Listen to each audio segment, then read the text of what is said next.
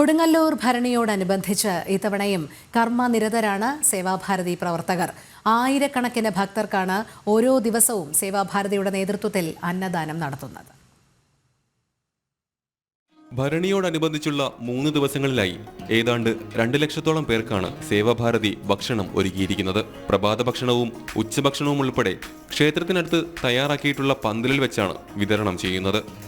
അമ്മമാരടക്കം ഏതാണ്ട് 1500ഓളം പേരാണ് ഓരോ ദിവസവും ഭക്ഷണം തയ്യാറാക്കുന്നതിനും വിളമ്പുന്നതിനും മറ്റുമായി സജീവമായി ഉള്ളത്.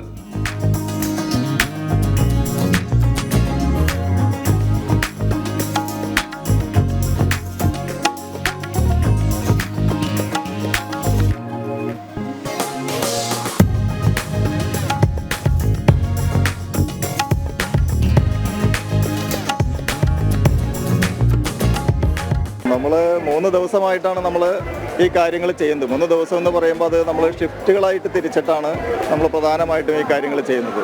അപ്പോൾ നമ്മുടെ ഒരു ദിവസം ഒരു 3 ഷിഫ്റ്റ് ആക്കിയിട്ട് 3 ദിവസങ്ങൾ അങ്ങനെ ഒരു 8-9 ഷിഫ്റ്റുകളായിട്ട് തിരിക്കും.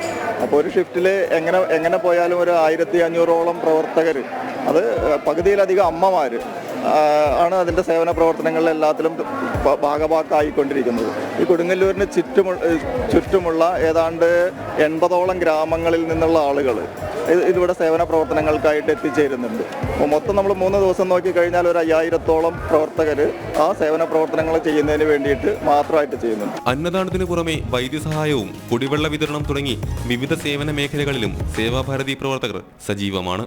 ജനം, തൃശൂർ.